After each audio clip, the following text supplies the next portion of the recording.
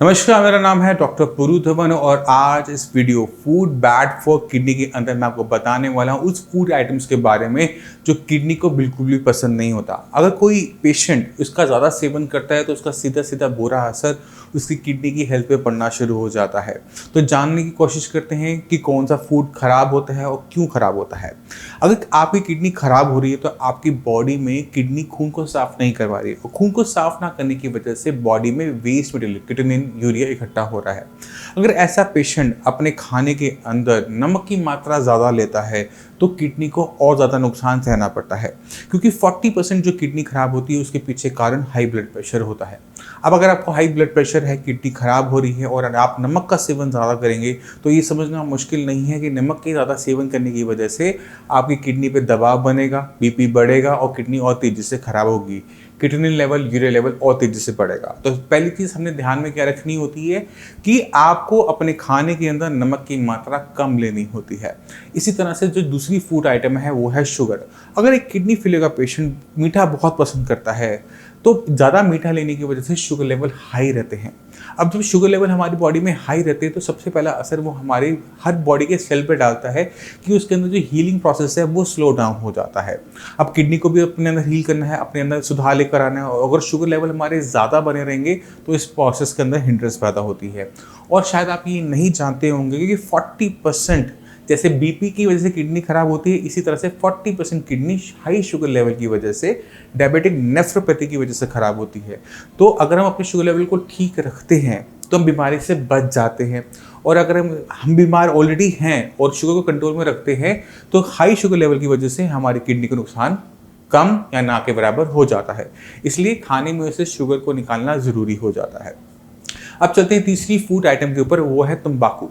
तंबाकू जो होता है, टबैको कई तरीके से फॉर्म में यूज़ किया जाता है। कभी कोई इसे स्मोक करता है, कोई इसे च्यू करता है, मगर तंबाकू सीधा सीधा आपकी किडनी को नुकसान पहुंचाता है।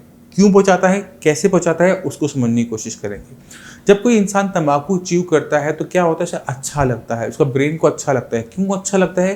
क्योंकि उसकी बॉडी के अंदर जो ब्लड था वो ज़्यादा फ्लो करता है और ब्रेन की तरफ जाता है। तो ब्रेन को जब ज़्यादा ऑक्सीजन, ज़्यादा फूड मिलती है तो उसे अच्छा लगता है। अब जब ब्लड का प्रेशर बढ़ा, जो ब्रेन की तरफ गया, उसी प्रेशर से वही ब्लड आपकी किडनी की तरफ भी गया।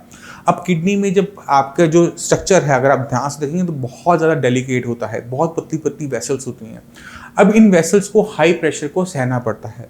आप तंबाकू दिन में एक बार खाएंगे, आपको किडनी को कुछ नहीं होगा, मगर दिन में आप पूरा दिन अपने मुंह के अंदर तंबाकू बना के रखेंगे और चेन स्मोकर की तरह स्मोक करेंगे तो ये क्या होता है कि ब्लड प्रेशर को हमेशा हाई लेवल पे बनाए रखता है और धीरे धीरे आपकी किडनी की अंदर की जो स्ट्रक्चर है, वेसल्स हैं, आर्टरीज हैं, वेन्स हैं, उन सबको नुकसान पहुंचना शुरू होता है। किडनी की जो ब्लड सप्लाई है वो डिप्लीट कर जाती है, कम होनी शुरू हो जाती है और फाइनली किडनी फेल होनी स्टार्ट हो जाती है। इसलिए जितने भी किडनी फेलियर के पेशेंट होते हैं उनको एडवाइस किया जाता है कि आपने तंबाकू का यूज़ नहीं करना। इसी तरह से जो चौथी फूड आइटम है वो है कॉफ़ी। कॉफ़ी को हम बहुत सब पसंद करते हैं। आपको नींद आ रही है तो आप कॉफ़ी लेना पसंद करेंगे, बट जब हम कॉफ़ी लेते हैं हमें अलर्टनेस क्यों महसूस होती है? इसलिए महसूस होती है क्योंकि वही ब्रेन की तरफ ऑक्सीजन का लेवल बढ़ जाता है, ब्रेन को बहुत ज़्यादा अलर्ट ऑक्सीजन मिलने की वजह से वो अलर्ट हो जाता है। परेशानी क्या होती है, ज़्यादा कॉफ़ी लेने की वजह से बीपी हाई हो जाता है और ये बढ़ा हुआ बीपी आपकी किडनी को उसी तरह से नुकसान पहुंचाता है जिस तरह से पहुंचाता है तंबाकू।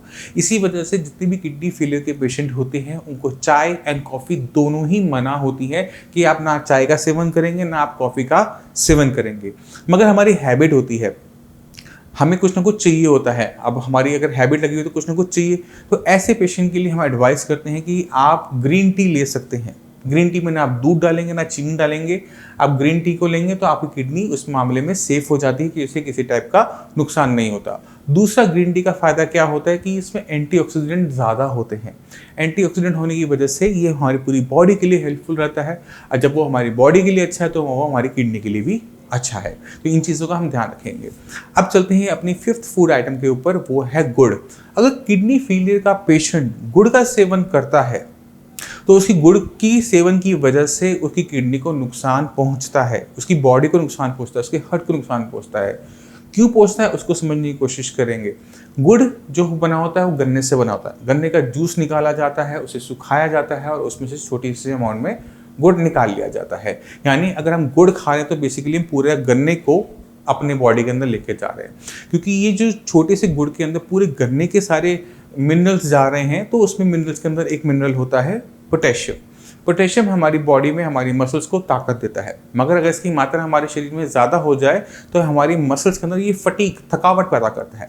अब हमारा जो दिल है वो हर सेकंड धड़कता है। अगर ये यहाँ की मांसपेशियाँ अगर फटीग, थकावट महसूस करेंगी और ये दिल धड़कना बंद कर देगा तो क्या होगा, डेथ हो जाएगी।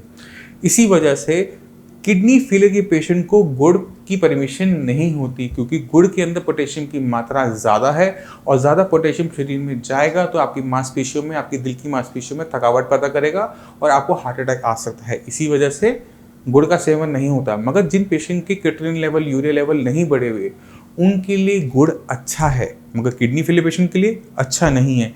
इस चीज़ का ध्यान आप सभी ने रखना है। अब चलते हैं नेक्स्ट फूड आइटम के ऊपर, और वो है हमारा अल्कोहल।